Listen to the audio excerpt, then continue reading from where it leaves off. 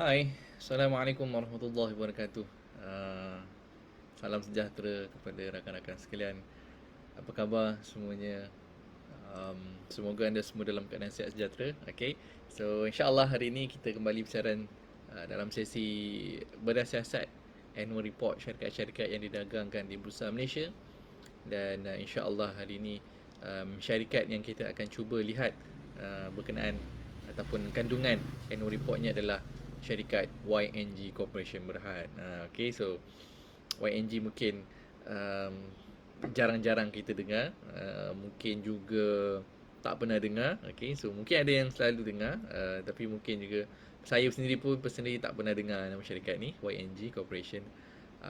Mungkin dia ada banyak subsidiaries yang mungkin syarikat-syarikat dia banyak gunakan nama subsidiaries mungkin, tapi personally untuk listed company saya pun tak pernah come across this company lah. Okay, so cuma yang menariknya adalah apabila syarikat ni pergerakan harga sahamnya um, 2 hari berturut-turut, hari ini dan juga semalam, meningkat dengan cukup mendadak, cukup dengan drastik. Semalam dia limit up, hari ini dia almost limit up. Semalam naik almost 29-30%. So hari ini hampir 20, dalam 28% kenaikan harga dia untuk 2 hari berturut-turut. Okay, so something interesting triggered. So saya pun berminat untuk tahu lebih lanjut. So saya kira apa yang kita akan cuba buat hari ini adalah untuk kita melihat um, berkenaan syarikat ini, insyaAllah. Okay. Alright, so jika sudah bersedia, please klik button share. Kita kongsikan video ini agar mungkin rakan-rakan kita ataupun ahli keluarga kita yang memerlukan ilmu, yang nak belajar tentang pelaburan saham ni, so dia boleh sama-sama turut serta untuk belajar dengan kita. Okay, so saya mulakan sekali lagi. Assalamualaikum warahmatullahi wabarakatuh. Salam sejahtera kepada semua. Dalam sesi hari ini, insyaAllah kita akan melihat syarikat YNG Corporation Berhad annual report yang dikeluarkan pada tahun 2020, untuk kita lihat apakah yang menarik berkenaan dengan syarikat ini. Okay, so YNG Corporation di dalam sektor property. Okay, sektor property mungkin agak hangat sekarang ni diperkatakan. Mungkin marketnya tidak hangat, tapi mungkin diperkatakan secara hangat. Okay, so mungkin itu. So sebagai disclaimer awal, okay, so this is not a buy call. Tiada buy call ataupun sell call diberikan dalam sesi ini. Sebarang keputusan pelaburan adalah di atas risiko masing-masing. Okay, so please take note on that. Apa yang kita cuba buat adalah untuk kita belajar ataupun kita analisa dia punya annual report, apa yang terkandung di dalam report yang dikeluarkan secara public. Okay, so untuk kita melihat berkenaan dengan syarikat tersebut, apakah bisnes yang dijalankan, apakah perkara-perkara yang menarik yang ada di dalam bisnes sesuatu syarikat itu. Okay, sebelum kita membuat sebarang keputusan, sama ada untuk invest ataupun tidak, untuk kita kenal. Okay, so orang kata tak kenal maka tak cinta. Sama juga dalam pelaburan ni, kita kena tahu berkenaan syarikat yang kita nak laburkan tu. Dia basic as company tu buat apalah. Okay, so kita bukanlah beli nombor. Walaupun nombornya 4 digit juga, 7003 di sini. Ini bukan nombor cases COVID, ini nombor kod untuk syarikat ni, YNG Corporation Berhad. Setiap syarikat yang didagangkan di Bursa Malaysia, dia akan ada nombor siri dia. Okay, so nombor siri dia akan kekal. Nama syarikat dia boleh berubah-ubah. Okay, so itu sedikit berkenaan dengan nombor 4 digit, okay, dan juga nama syarikat. So report yang dikeluarkan, okay, yang latest yang ada untuk syarikat ni adalah untuk tahun financial year 2020 yang berakhir 31 Disember tahun 2020. Manakala tahun 2021 dia masih belum berakhir lagi, so tak ada report lagi lah. Okay, so yang ini untuk financial year 2020 yang mana report dikeluarkan pada bulan April. Okay, so 30 April 2021 report ni dikeluarkan bagi financial year 2020. So report dia lambat sikit lah, sebab dia perlu keluarkan quarter report and then baru dia keluarkan dia punya annual report. Okay, so ini muka depan dia. Kalau anda download, anda boleh download kat sini. Ada klik dekat bahagian view ni, kat report kemudian dia keluar macam ni, dia keluar pop-up ke belah sini. So anda tekan kat sini annual report ni PDF, so dia akan keluar macam ni. Ataupun anda boleh juga login dalam atau browse dia punya laman web. Kemudian anda download dekat bahagian dia punya annual report dalam dia punya syarikat pun ada juga. Okey. Ada dua cara lah anda nak download. Okey. So, apa yang menarik, mari kita teruskan. Okey, so ni muka depan dia. YNG Corporation Berhad. Nombor pendaftaran SSM dia. Okey. Dekat sini, embracing change, building resilience. Oh, okey. So, itu tema bagi annual report dia tahun 2020. Okay, so berbeza font dia 2020 annual report. Okay, so yang lain mostly I think black and white. So muka depan dia yang berwarna. Page 2 yang nampak sini ialah table of content. Okay, so terus masuk table of content. Report dia tak tebal sekitar 136 page sahaja. Okay, so I think very straightforward lah. Page ketiga adalah bahagian notice of annual general meeting, okay, AGM. Bersambung page 5, page 6, page 7. Okay, so page 7 adalah berkenaan dengan corporate information, yang mana anda boleh lihat all the board of directors untuk syarikat ini. Kemudian berkenaan dengan dia punya company registered address. Okay, registered address di mana? Di Sri Hartamas, Kuala Lumpur. Kemudian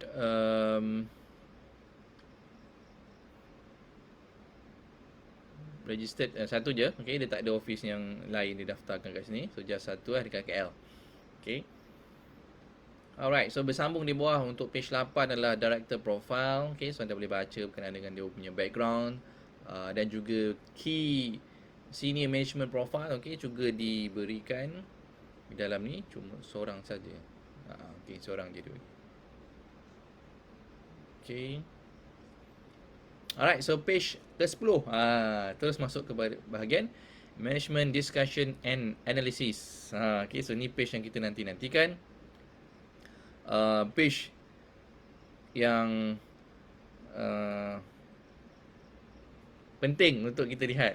Okay, so dia tak ada bahagian chairman statement. Okay, so dia terus masuk kepada bahagian Management Discussion and Analysis. Okay, so tapi tak apa, kita tengok apa yang diperkatakan. So mungkin hari ni cepat je kita habis because of rasanya pendek je dia punya MDA ni.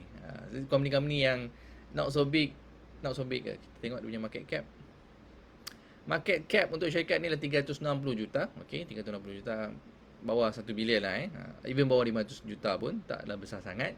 Manakala numbers of share yang didagangkan adalah 218 juta. Okay, so itu berkenaan dengan syarikat ni. I think the main market tadi dia cakap apa sorry, terlepas tadi main market ke ataupun is market. I think should be in the main market kot, 360. Yap, di dalam main market didagangkan di dalam main market. Okay. So kita baca dia punya management discussion analysis. Okay. The main principal activity of the group is property development, targeting mixed development project within the high growth Greater Klang Valley area. Our products offerings are mostly in affordable and mid-market segments with the middle income groups from both private and public sectors being our target market. Okay, so dekat bahagian introduction dia dah bagi tahu perniagaan yang dijalankan adalah dalam sektor property, manakala jenis property yang bina ataupun dijalankan adalah untuk mixed development. Okay, so mixed development meanings dia termasuk residential, commercial. Okay, so dipanggil sebagai mixed development yang mana tertumpu di kawasan Greater Klang Valley. Okay, so bukan sekadar Lembah Kelang tapi Greater, dia besar sikit kalau Greater Klang Valley ni dia bukan just Klang Valley, so dia besar sikit lagi dia punya scope ataupun area yang di coverage Greater Klang Valley. Our product offering are mostly in the affordable, so di dalam kategori affordable dan juga mid range punya market. Okay, so dia bukanlah buat high end ataupun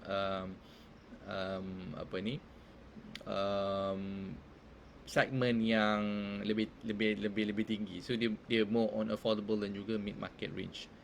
Okay, so review on economy. Okay, so Malaysia economy slowed down more than expected, which affected the median income as well as the local purchasing power. Malaysia unemployment rates for 2020 was 4.8%, and 1.5% increase from 2019. In fact, the property industry was already facing headwinds in the past few years, owing to the slow economy and above mentions, rising of building costs, property overhang, strict lending policy, and also the challenges added by the unprecedented COVID-19 pandemic. Therefore, buying property has been too expensive for many Malaysians now, as potential buyers are likely to wait and see, leading to the reduction of average sales in short term. Okay. So lain sikit syarikat ni punya kaedah penceritaan dia. Okay, yang mana kalau kita biasa baca report, dia nampak dia akan cerita berkenaan dengan COVID-19, pandemik, MCO, bla bla bla. Tapi dia bagi tahu yang pertama berkenaan dengan unemployment, okay, median incomes punya purchasing power, dan juga a little bit background beberapa tahun kebelakangan ini untuk sektor property. Okay, yang mana kita tahu memang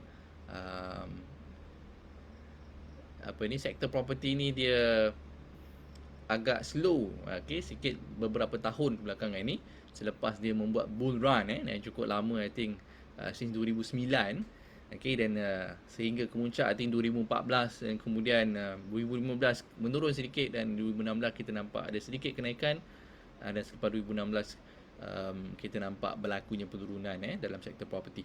So selain itu didorong juga oleh faktor ekonomi yang perlahan, okay. Tambah lagi 2018 kita mempunyai election, okay, yang mana juga mempengaruhi kita punya ekonomi, pertukaran government. Kemudian dia mention kat sini berkenaan dengan rising of building cost, peningkatan bahan-bahan binaan, especially besi. Okay, so besi memang naik cukup drastik since beberapa tahun lepas. Untuk building cost, of course, untuk direct cost direct cost memang very very affected kalau nak kira.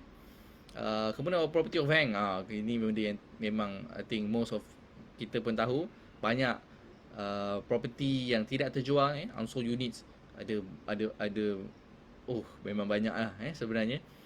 During my time, okay, waktu saya dengan property developer dulu, sekitar 2016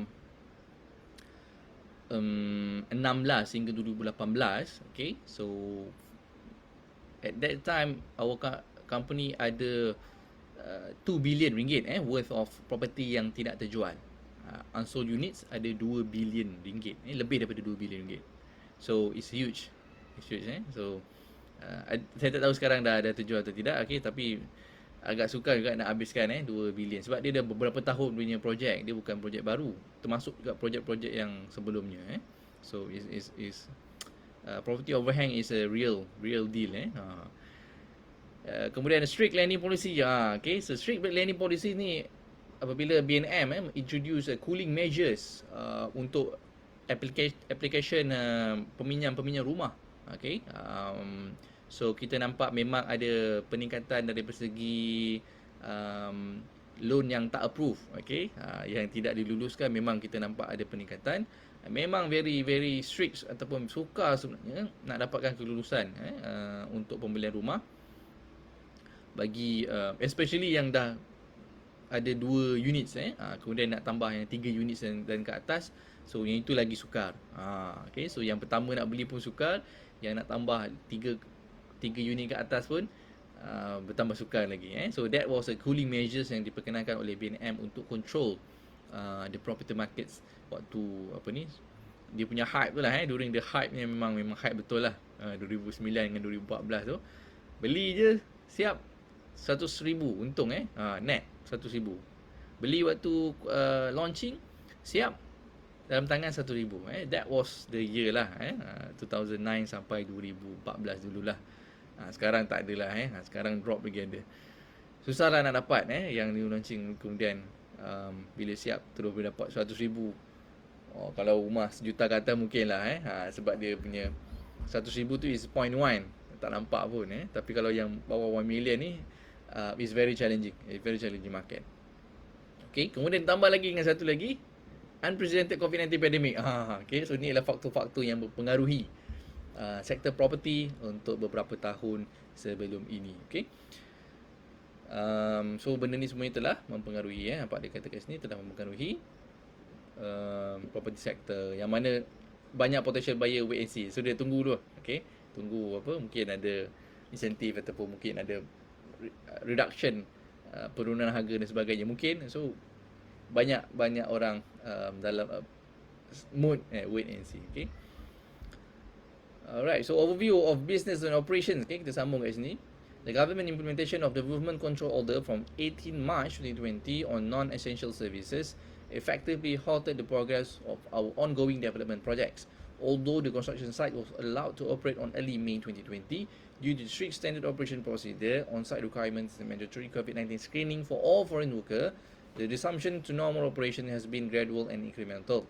The prolonged implementation of several phases or type of MCO in containing the COVID-19 pandemic has affected also our group operational activities during the year. Okay, so seperti yang kita tahu, fasa awal dulu PKP 1.0 yang berjaya dulu, okay, adalah apabila kita memang semua duduk rumah, tak ada sektor yang, bukan tak ada sektor, ada beberapa sektor yang kecil saja yang betul-betul essential yang dibenarkan beroperasi. Even construction pun kena tutup, kecuali untuk kerja-kerja maintenance. Okay, sehinggalah bulan Mei tu baru dia benarkan kembali. Okay, so secara tak langsung itu juga mempengaruhi. I think more on the cost dan juga dia punya momentum. Sebab kerja construction ni, dia initial phase memang slow, tapi dia once dah start dapat momentum tu dia akan laju. Tapi once you berhenti tengah-tengah, okay, so bila nak start tu dia kena ada momentum balik. Macam kita dah kan, pagi-pagi nak bangun tu macam lihat sikit. Tapi lepas siang tu kita dah boleh straight, kerja sampai petang kan. So sama juga sebab we are dealing with people yang buat kerja construction ni semua orang. Semua dia dapat momentum, dia create. So tapi kalau terganggu, maka rentak tu, dia punya momentum rentak tu dah terganggu. So dia nak kena catch up balik. So itu yang akan gonna take time. Dengan perubahan SOP sini, so benda tu merencatkan dia punya momentum tadi tu, ataupun rentak tadi tu. Okay, macam-macam istilah hari ni kita guna. Alright, so kita sambung. In financial year ended 31st December 2020, financial year 2020, the demand for the ongoing projects at Trifolia and the existing inventories has been encouraging due to attractive promotional packages offered by us to boost the sales and government efforts in reintroducing the National Home Ownership Campaign, coupled with the overnight policy rates reduced to an historic low rates of 1.75% by Bank Negara Malaysia in July 2020. However, the conversion from bookings into actual sales remain a concern, as evidenced by the lower mortgage loan approval rates by most of the commercial banks. Okay, so apa dia masukkan kat sini adalah sales dia. Okay, walaupun keadaan tadi tu dimention MC, keadaan pengangguran, property overhang, people wait and see, dan sebagainya, dia punya jualan untuk Trifolia dan juga dia punya inventories yang lama-lama yang tak terjual tu ada nampak peningkatan iteratif, sebab dia dah cara dia mungkin marketkan dengan ada package, promosi dan sebagainya. Ada peningkatan ataupun take up daripada interest buyer. Cuma okay, di samping tadi tu OPR rendah dan sebagainya, of course dia bukan akan kekal rendah, okay, tapi benda itu ialah people are emotion kan, nampak macam murah dia punya installment dan sebagainya, tapi sebenarnya itu untuk temporary je. But ialah, we are dealing with emotional, so people tengok mungkin itu juga menjadi dia orang punya kriteria ataupun karakteristik pembelian mungkin. Okay, so dapat juga dia punya take up untuk booking. Cuma okay, conversion daripada booking menjadi sales tu, itu adalah satu concern because of tadi in term of loan approvals memang banyak. Kita tengok ada rejection, okay, loan rejection dalam market is huge sebenarnya. I think 40 to 50% I think dia punya rejection rates currently, especially bagi sektor-sektor yang bank telah rated as high risk, okay, terutamanya seperti oil and gas, okay, aviation, tourism. So this sector agak sukar untuk, it's not, bukan saya kata dia tak dapat loan langsung ataupun pinjaman atau financing langsung, cuma bank agak strict sikit dalam dia buat dia punya risk profiling ke, dia nak buat dia punya analisa untuk setiap peminjam ni, okay, so dia lebih strict dekat or the sektor-sektor yang affected teruk disebabkan oleh COVID ni. Okay, so sambung guys ni, against this backdrop, the group has been actively on the lookout for suitable land bank and has successfully acquired a piece of land in Kajang. Oh, okay. Kajang is town of southern Selangor. Selangor, Kajang masih Selangor nilai je dekat Negeri Sembilan. This land bank offers us an affordable entry point into strategic location as development gravity has shifted to the southern Selangor for the past few years. The group plans to develop this land into a mixed development comprising affordable residential and commercial properties. Okay, so dia beli tanah kat Kajang. So dia kata Kajang, lately ni dapat perhatian of course lah sebab Kajang is ada stesen MRT situ kan. Stesen MRT Sungai Buloh Kajang. So tak salah saya lah. Saya tak pernah naik MRT. So saya rasa kalau tak salah saya memang Sungai Buloh Kajang dia N So Sungai Buloh atas, Kajang yang paling bawah. Dia main dekat dia punya ring yang kat luar Ada MRT ni ring kat luar. Kalau LRT monorail tu dekat dalam ring bandar. So memang kita nampak ada banyak juga property yang start ataupun bandar tu start naik di Kajang ni for the past, I think since MRT umumkan lagi lah beberapa tahun dulu sehinggalah dah siap sekarang. So memang ada peningkatan in term of populations dan juga project di sana. Okay. So tanah tu dia akan gunakan untuk buat mixed development So mixed development meaning ada residential dan juga commercial. Mungkin apartment kot ataupun mungkin rumah sekali dengan shop lot mungkin lah Okay, response to COVID-19 pandemic. COVID-19 presents a major global health and economic crisis that has crippled countries and industry globally and continue to threaten life and livelihoods. With physical lockdown in place around the world, there has been a greater shift towards digitalizations and new ways of working, forcing business to rethink traditional business strategies. Supply chain routes to markets, the customer demand has also been affected and will continue to remain under pressure in this period of uncertainty. Responding to this crisis has been a key priority this year as we review our business development plans and safeguard the health and safety of all our stakeholders in adhering to the MCO instruction and SOP issued by the government to prevent community spreads. The group cancelled all gatherings, marketing events, and new project launches, festival celebrations, and other community events. We are committed to strike to combat this virus across the board within the parameters of what we can control. Okay, so tu bahagian dia punya cara-cara dia mengatasi pandemic COVID-19. Okay. Alright, so sambung kat sini, review on financial result. Okay, baru masuk kat sini, review financial result dia. With the unexpected outbreak of COVID-19 pandemic and the continued challenging property market in financial year 2020, the group reported a significantly lower revenue of 39.3 million with the current financial year 2020 compared to 59.9 million in previous financial year ended 31st December 2019, representing a drop of 20.6 million, which was mainly due to lesser ongoing development projects, continuing weak market condition and operational interruptions or halt by following the government implementation of several phases of MCO in containing the pandemic since March 2020. Okay, so daripada segi revenue kita nampak ada penurunan. Okay, so ada drop 20 million mainly due to lesser ongoing project Indonesia kat sini so ada pengurangan dari segi project ongoing, kemudian weak market condition serta dia punya operational interruption apabila berlakunya MCO. Apabila berlakunya MCO, of course dia in term of operation property ni dia buat billing. Okay, so dia nak charge kepada bank lah ataupun kepada client, tapi kepada purchaser, tapi purchaser buat financing. Okay, so dia akan charge kepada financer, iaitu kepada bank. So progress billing tu dia boleh charge hanya apabila telah siap a certain scope of work.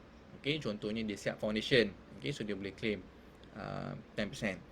So dia siap structure works, okay, so dia punya column, dia punya beam sebagainya, so dia boleh charge another 5 ataupun 7.5%. Kemudian siap roof work, okay, so dia boleh charge lagi, kemudian infra work dan sebagainya. So dia punya progress billing tu is based on dia punya completed works. So baru dia boleh charge. Tapi kalau tak ada completed work, so dia tak boleh charge lah. So secara tak langsung, of course in term of dia punya revenue akan affected sekiranya untuk beberapa bulan tu tak ada kerja. Okay, yang mana sebelum ni setiap bulan dia boleh billing dekat purchase invoice lah, ikut rumah tu siap yang mana. So bila 3 bulan tu dia tak boleh nak ada buat billing. So tak income lah untuk 3 bulan tu basically in term of revenue. So that's why I think one of the reason kenapa dia punya revenue berkurangan because of ada operational interruption. Right. The above drop in revenue was also partly contributed by the non-recognition of PPAM scheme revenue under Trifolia projects amounting to 8.2 million due to MFRS 15 accounting standards, which only allows revenue recognition only upon its completion and handover to the purchaser. Okay. Had this revenue been recognized, the group revenue for the financial year 2020 and 2019 will have been 47.7 and 64.3 million respectively, representing a lower drop of 16.8 million. Okay, so itu juga penyumbang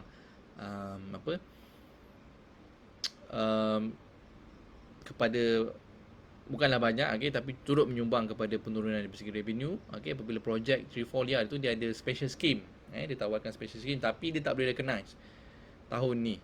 Dia hanya boleh recognize apabila telah unit telah siap dan juga telah handover kepada purchaser. Okay. Corresponding to the drop in revenue as above mentioned, the group profit before tax decreased by 3.7 million to 3.2 million in the financial year 2020 compared to 6.9 million reported in financial year 2019, primarily due to lower revenue as above mentioned, despite lower operating expenses in the financial year 2020. Okay, as in the previous year, the major components of group asset comprises land held for property development expenditure, inventories and cash equivalent as compared to financial 2019. The following components of group assets, liability and equity for the financial year 2020 has been significant changes. Yang pertama, increase in LHFPD, dia punya land held for property development, by 10.3 million, mainly to the new land acquired during the year, whereby a balance purchase price has been accrued in other payable and accruals. Oh, okay. Increase in PD, property development expenditure, by 16.9 million, mainly due to postponement of sales launch and the development project already under construction. Oh, okay. Land bank meningkat 10.3 juta. Property development expenditure juga meningkat sebab ada postponement untuk launching. So ada juga peningkatan. This is one tak elok lah kalau land bank increase tu bagus, tapi untuk expenditure meningkat tu tak bagus lah sebab cost meningkat. Increase in contract assets by 9.8 million due to the non-issuance of progress billing. Oh, okay. Sama juga tadi. Ini pun tak berapa baik sebab tak boleh bill tak boleh masukkan dalam dia punya accounting sehinggalah siap nanti. Decrease in other payable and accrual, despite the accrual of new land acquisition balance purchase price mentioned above, and the corresponding increase in bank borrowing, primarily due to the settlement of the land acquisitions balance purchase price, which had been accrued in the previous financial year 2019, where the aforesaid borrowing during the year. Compared to the financial year 2019, save for the lower revenue mentioned above, there were no significant changes to the component of group income and expenses financial year 2020. So dia tak ada lagi diversified kepada sektor-sektor yang berbeza. So dia memang purely on property development. Now, notwithstanding the above, the group financial position has grown marginally stronger, and as 31st December 2020, the shareholder equity has increased to 94.2 million with a net tangible asset of 1.35 per share. However, the market, okay, the further information about the financial results, fine. Okay. Page 44, Allah, dia buka kat tempat lain Dia tak kat tempat lain, kat page 44 pula. Tak apa, kita teruskan kat sini. Kita nanti tengok dekat case screen yang senang, okay. In the view of the adverse impact of COVID-19 pandemic, coupled with the uncertainties in the global economy and market going forward, The BOD needs to take into consideration of the group financial positions, operational working capital requirement, and the needs to conserve cash for the opportunities of land bank acquisitions, even though the board acknowledges the importance to reward and provide a return to shareholder on yearly basis through the payment of dividend. As such, the board does not recommend the payment of any dividend at the forthcoming 55th AGM. Itu tak ada dividend untuk financial year 2020. The board endeavoured to maintain a balance between meeting shareholder expectation and prudent capital management to ensure the shareholders may participate in the profit of the group in the future. The board remains committed to creating long-term value for all the shareholder. Okay, normal lah long term. Outlook and future prospect. Oh, tapi dia tak mention berapa cash balance Okay, tak apa.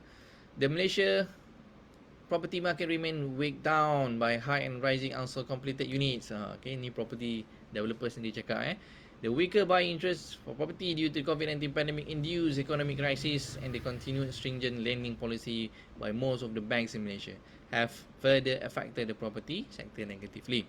However, the reintroduction of HOC is expected to be important catalyst to stimulate property sales in Malaysia. The campaign offers a minimum 10% discount on property prices and stamp duty exemption for home buyers.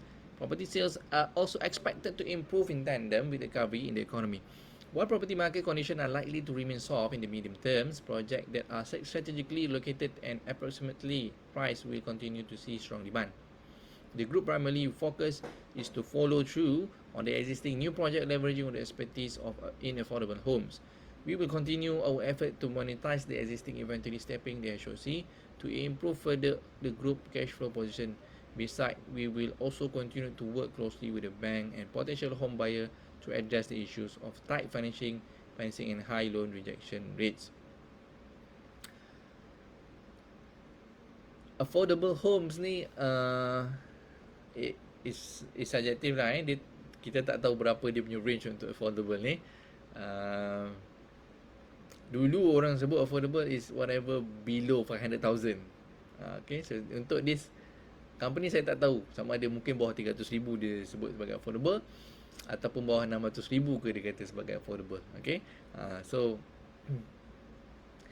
it's very subjective lah untuk terms affordable tu.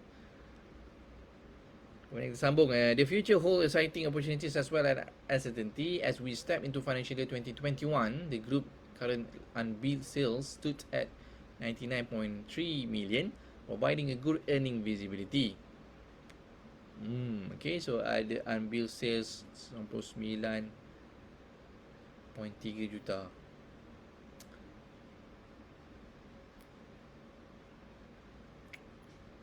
On top of that, our land banks currently in total of 200, 6 acre.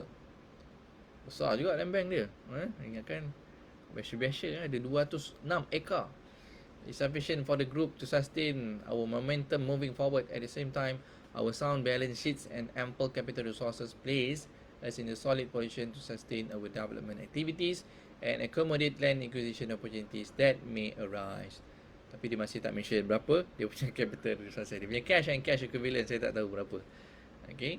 The group endeavour to continue to be cautious, nimble and be innovative in our marketing strategies and launches. Prudent financial management will be a key to ride this crisis out, and sustainability will be the utmost priority in it, at the same time looking out for any potential growth opportunity.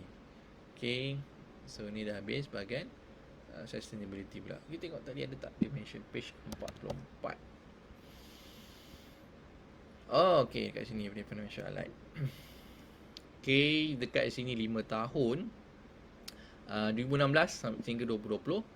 2016 paling kanan dia tengok baca dia ke kiri lah. So 2016 116 revenue. 116 juta 2007 menurun 76 juta je. 2018 naik balik 60 menurun lagi 64. 2019 menurun, 2020 menurun lagi. Nampak 5 tahun ni revenue dia menurun. Manakala profit attributable to equity shareholder, okey tengok ini 18 5 naik 11 4 kurang 7.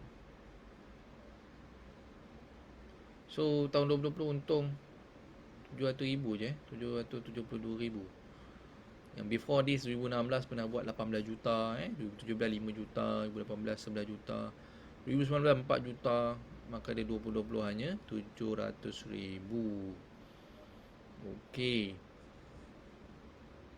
Okey. Equity, total asset, total borrowing. Oh, total borrowing meningkat ah. 2016 dulu ada 1 juta je dia punya borrowing, total borrowing. Kemudian 2017 naik 9 juta, 2018 menurun, 2019 menurun. 2020 42 juta borrowings. Banyaknya.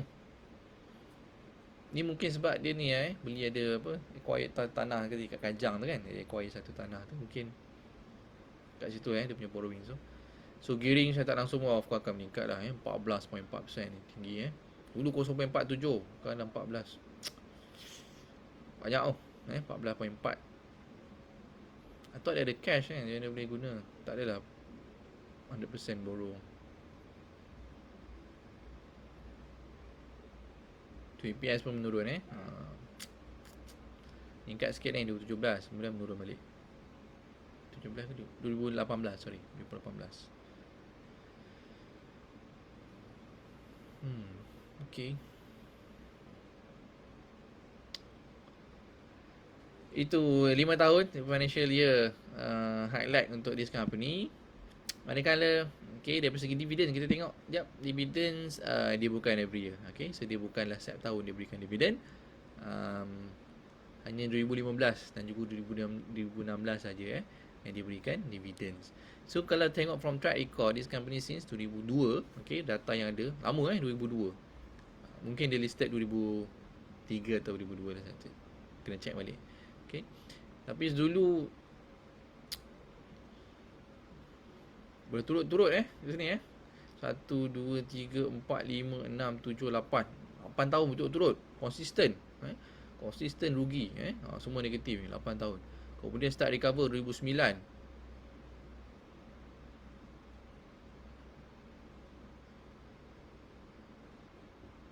2009 kan saya cakap tadi start apa ni property bull market dulu 2009 baru start. Sehinggalah peak dia 2016 sini. So 2014 dan juga 2016. So lepas tu baru nampak penurunan turun naik sikit, turun. So memang 2009 dia was a bull year lah tengok dia punya profit daripada 700,000 je dulu 2009. Sekarang dah kembali nampak 2020 700,000 balik. Kembali kepada asal so mungkin this year nampak sikit lah dah naik sikit 21. Dah start nampak sikit 1.4 juta. So dulu 700,000 turun 200,000, kemudian 6 juta, 4 juta, 7 juta, 15, 28. So nampak meningkat, kemudian turun. 2018 ada sikit kenaikan balik, kemudian menurun. Untuk financial year 2021 1.4 ni kita tengok untuk berapa kuarter. Baru satu kuarter. So baru satu kuarter sudah menunjukkan keuntungan 1.49 juta. Which is I think is quite good. It's also dia dah mungkin kembali kepada asal recovery mood mungkin. As compared to previous quarter peningkatan 59.4%.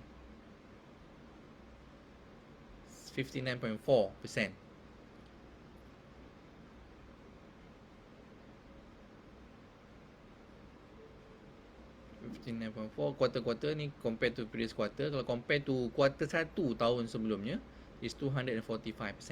So peningkatan lah. Dulu first quarter tahun 2020 rugi negatif 1.3. So this year first quarter 1.49. So it's good. So mungkin dijangkakan tahun ni boleh lah first quarter dah 1.4. So kita nantikan lagi 3 quarter untuk bagaimana syarikat ini membuat keuntungan atau kerugian bagi financial year 2021 nanti. Second quarter punya ni pun belum keluar lagi sepatutnya bulan 3 sampai bulan 6. So bulan 6, 7 atau bulan 8. So mungkin bulan 8 lah yang dia keluarkan report. So I think that's all untuk company yang kita bedah hari ni which is YNG Corporation Berhad, um, syarikat yang di dalam sektor property development. Dia tak ada subsektor lain Dia purely on property. Syarikat yang dah lama sebenarnya didagangkan, okay. Cuma itulah property kan, so dia memang affected dengan current economic condition lah. Kalau property market ada bull, okay, so dia pun bull. Kalau tak bull, tengok revenue dulu 100 lebih pernah touch sampai 100 juta punya revenue. But currently hanya puluh-puluh aja, puluh-puluh juta aja revenue. Alright, so I hope you guys gain something daripada session hari ini, insyaAllah. Seperti biasa, okay, please kongsikan video ni kepada rakan-rakan anda. Just click the button share dan juga jangan lupa untuk subscribe channel video YouTube saya, okay, insyaAllah, dan juga klik button loceng tu untuk dapatkan setiap update video-video terbaru yang saya upload, okay, supaya anda tidak ketinggalan dan juga boleh continuously belajar. Okay, so kita sama-sama upgrade kita punya knowledge dan pada masa sama insyaAllah kita punya income juga so kita upgrade diri kita, knowledge kita, so income kita insyaAllah akan terupgrade sekali. Okay, so mudah-mudahan kita berjumpa lagi di dalam sesi yang akan datang, insyaAllah. Saya akhiri dengan Assalamualaikum warahmatullahi wabarakatuh.